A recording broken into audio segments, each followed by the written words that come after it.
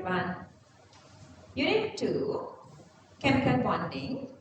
I'm going to discuss today this VSEPR theory, valence, shell, electron pair, repulsion theory. Okay, so this is a little complicated part. I'm going to make it very simpler that you guys can understand, you guys can deduce these VSEPR shapes of given any molecule.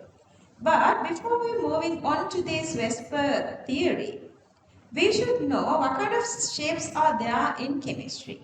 There are a couple of shapes in chemistry that I'm going to use these pencils and pens to show you guys these shapes here.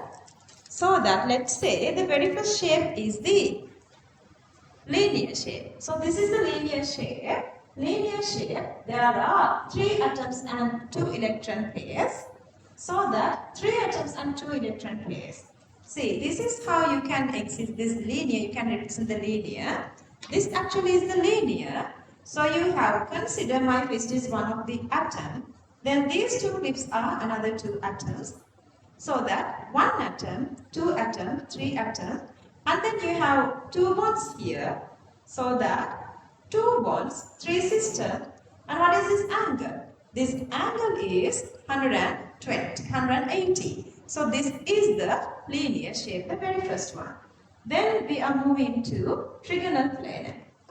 Okay, trigonal planar means you have this kind of situation that you have 3 bonds and 4 atoms. 1, 2, 3 and 4.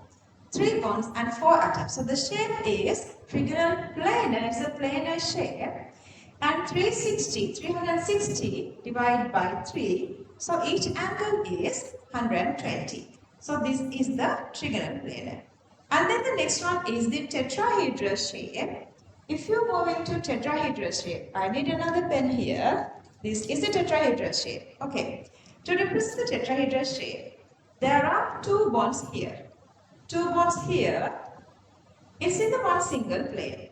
Okay, if you go with this plane, the screen plane, so this is a one single plane. Then, opposite to those 2 bonds, one comes to the front. Okay, so this is the third one. These 2 are now parallel.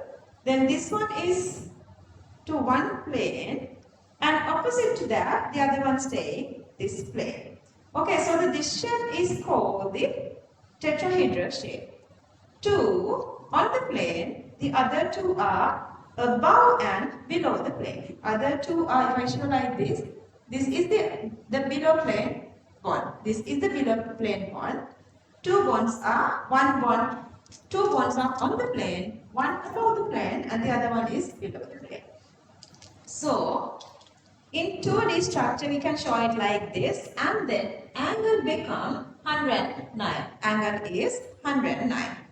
And then, if I go back with, so the next one is the trigonal bipyramidal. So if I go back with the trigonal planar, this is how we are showing the trigonal planar shape. Okay, this is the trigonal planar shape. This is the trigonal planar shape. Okay, then above the plane, one bond here. And below the plane, let's say another bond here. So above the plane, one bond here. To represent this bond, to these 3, if you connect these 3, you can make one single pyramid on the top. And then, let's say, one below. Then below, you have another 3 bonds here and the middle one, so you are making another pyramid. So this is a shape, and this is called trigonal bipyramidal shape. This is a trigonal side. Top and bottom there are 2 bonds, so this is become trigonal bipyramidal shape. So that is the trigonal bipyramidal. And next one is the octahedral. That's easy for you guys to understand. In octahedral, you have square shape. Okay, I'm going to go with my phone here. So I have this square shape here, and then above here you have a one bond, and then below here you have another bond. That kind of shape is the octahedral shape. Okay, these shapes are called the primary shapes, because all these shapes are having only this sigma bonding. But you guys know the lone pairs are controlling the real shape, so that next set are going with this secondary bonding because they are having lone pairs. Let's say this is the planar.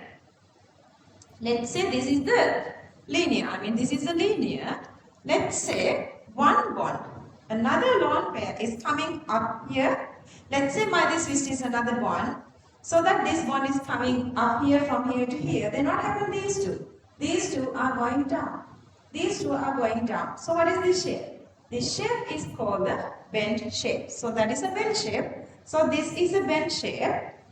Example is a water molecule. Then the angle is 104.5. Angle is 104.5. Okay, and then the next one through the trigonal planar. So this is the trigonal planar shape. So this is the planar shape. This is a trigonal planar. Let's say I'm just keeping the trigonal planar like this. And then another lone pair is coming and hovering here. So these three bonds are going down. So this shape now is called the pyramidal shape. Three bonds down. Above you have one lone pair. So that is called the trigonal pyramidal. Okay, seesaw. If you have the trigonal bipyramidal, you have the top bond and you have the bottom bond. Let's say one of these bonds become a lone pair. Let's say this one becomes the lone pair. All these bonds are going down and arranged as a seesaw, so that this is a seesaw shape that's again coming from trigonal bipyramidal. And let's say two lone pairs of trigonal bipyramidal become lone pairs. Two lone pairs become lone pairs. So the shape is T shape. Then the shape is T shape. And then the square pyramidal mean if you have octahedral shape, one of the lone pair here one of the lone pair become lone pair, then the shape is square pyramidal. Actually there are next one is the square planar, that's again easier. All those four bonds are staying, top bond and bottom bond become lone pairs. So that becomes the shape then square planar. That shape is a square planar shape. Pentagonal, bipyramidal, distorted octahedral, those shapes are there as well. And then let's see how we go through a couple of these questions. Actually, you need this table. This table explains whatever the number of bond pairs and whatever number of lone pairs are there, how would you determine or deduce the VSEPR shapes? You can WhatsApp me if you guys want this table. So, then I'm going to move on with these couple of examples here. And the very first example I'm going to go with is this. I would go with carbon dioxide. Okay, so there are a couple of rules here that we always use to go with this deriving these VSEPR shapes. So I'm going to go with a couple of these compounds here. The very first one I have taken this CO2. Actually we earlier did a little lesson to explain you guys how would you do this Lewis. Actually we done with the Lewis. That's why I'm doing the VSEPR part here. So the very first step is to draw the Lewis. Okay, if I talk about the Lewis, it's like this. Let's say to write words we need letters. To write sentences we need words. To write paragraphs we need sentences. So to write everything we need letters, and Lewis are like letters.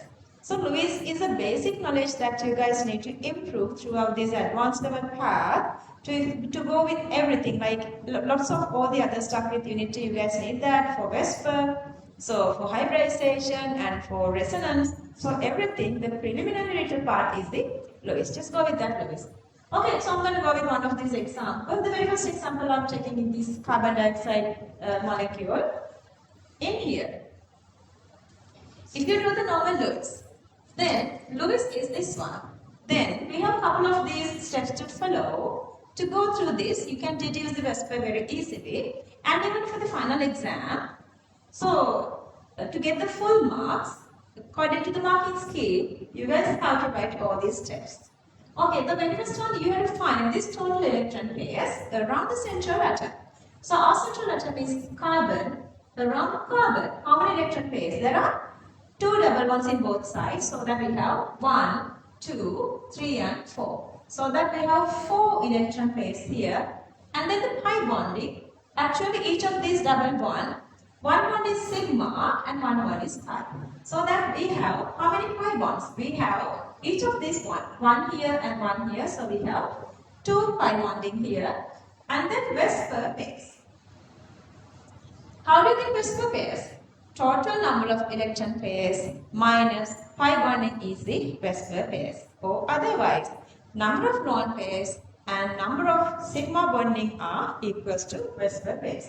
I'm going with the first method. VSEPR pairs equals total electron pairs minus pi bonding. Total electron pairs equals 4, pi bonding equals to 2, so that the total VSEPR pairs equals to 2. And then electron pair geometry. If you have 2 VSEPR pairs, electron pair geometry is linear, and since you have no lone pairs, then the true shape also becomes same linear. So that the shape of carbon dioxide is linear. Okay, let's move on to another little example. One by one you can improve your knowledge here. Next one is the BH tree. Again, you guys need to draw the Lewis very first. Once you draw the Lewis, total electron pairs equals 1, 2 and 3. You have 3 pairs here, so it's 3. And as you guys can see, there are no pi bonding. So that the pi bonding equals to 0. Total electron pairs minus pi bonding equals VSEPR pairs. So that the VSEPR pairs equals 3 minus 0. 3 minus 0 equals to 3. So that electron pair geometry becomes trigonal planar. If you have 3 VSEPR pairs, then the electron pair geometry becomes trigonal planar. And let's see whether they have lone pairs. And you guys can see around the central atom there are no lone pairs. So the lone pair is 0. So that the true shape becomes trigonal planar. So that true shape becomes trigonal planar. Okay, I am moving to another example. Okay, this one. Sulfur trioxide. Very first step is draw this Lewis. So this is the Lewis of this molecule. And the total electron pairs I have, each one count 1, 2, 3, 4, 5 and 6. So that we have 6 electron pairs. And then the pi bonding. Each of these double bond consists of 1 sigma and 1 pi. So I have 1, 2 and 3. So that I have how many pi bonding? I have 3 pi bonding. Again, total electron pairs minus pi bonding equals VSEPR pairs. So that VSEPR pairs equals 6 minus 3. 6 minus 3 equals to 3. So that we have 3 VSEPR pairs. When you have 3 VSEPR pairs, electron pair geometry becomes trigonal planar. And since you don't have lone pairs around central atom, that trigonal planar becomes the true shape. So that the true shape of SO3 is trigonal planar. Moving to next molecule. Okay, now I am moving to a molecule that having lone pairs. Okay, I'm moving to SO2. See, if you draw the Lewis, you have 1, 2, 3, 4 bonds plus 1 lone pair here around sulfur. So that total electron pairs equals 5 plus pi bonding. Each one consists 1 sigma and 1 pi. So you have 1 from this side and 2 the other side. So that we have 2 pi bonds. So that the VSEPR pairs equals 5 minus 2. So equals to 3. Total electron pairs minus pi bonding is VSEPR pairs. Okay, so the electron pair geometry become then, if you have 3 VSEPR pairs, electron pair geometry become trigonal planar. Electron pair geometry is trigonal planar, but this time we have a lone pair.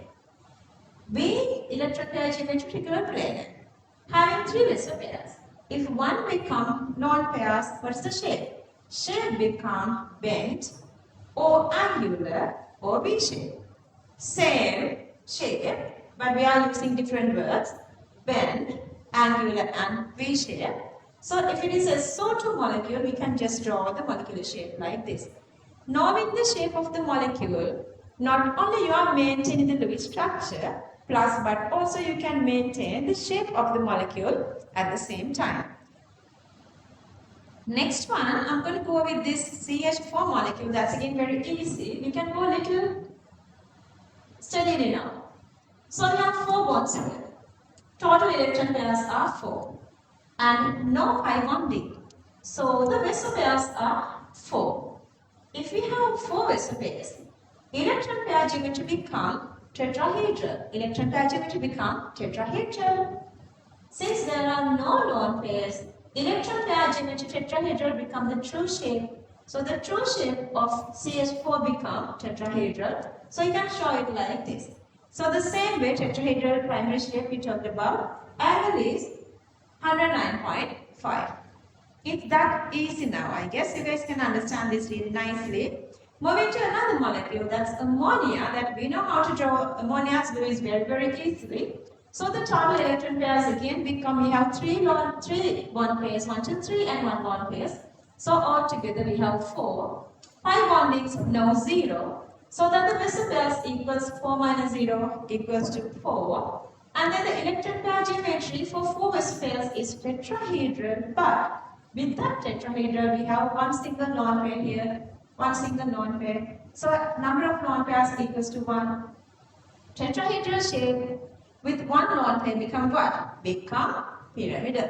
So the true shape of ammonia is pyramidal. Knowing the shape, as I told you guys earlier, not only you can maintain the Lewis, but also you can show the shape of the molecule. So this is a pyramidal shape and the angle equals 107.5 for ammonia. Moving to another, see, this is a water molecule. Water molecule. So you have 1, 2, 3, 4. 4 vessel pairs. No pi bonding. So that you have 4 vessel pairs. Electron pair, number of electron pairs become vessel pairs.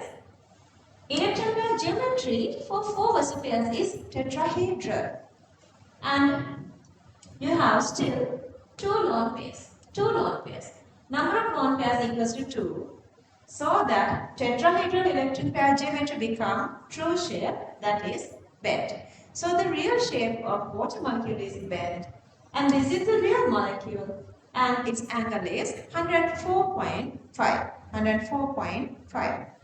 Okay, I'm moving to another one here. I'm not going to go one by one everything. I'm just going to show you guys being little like going through making little complicated ones. SF4. Lewis, you guys know how to draw. 1, 2, 3, 4, 5. 5 electron pairs, but no pi bonding. So that the vessel pairs is 5. So the trigonal bipyramidal. 5 vessel pairs trigonal bipyramidal, but still we have 1 lone pair. Trigonal bipyramidal with 1 lone pair, the true shape become what? True shape become seesaw. True shape is this kind of shape. So the true shape is seesaw shape. Okay, let me go with another that I can give you something. Okay, yeah, let's move with this one. I3 minus, I3 minus. A little challenging one to students.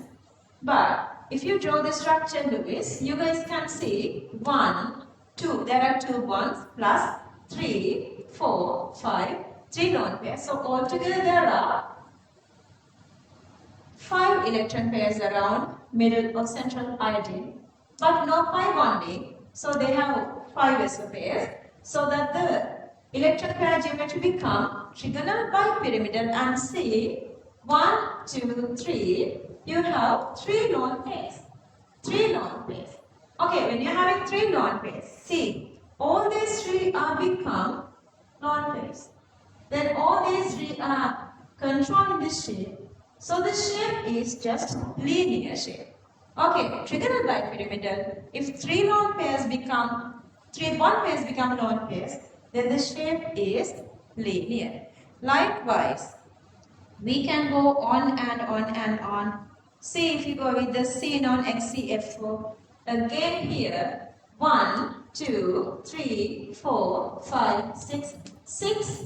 So that there are no pi bonding. So the true shape, so the electron pair geometry is octahedral. Being octahedral, having two bond pairs become lone pairs, two lone pairs, octahedral become the true shape as square planar. So the true shape become then square planar. So on. We can go on and on and on.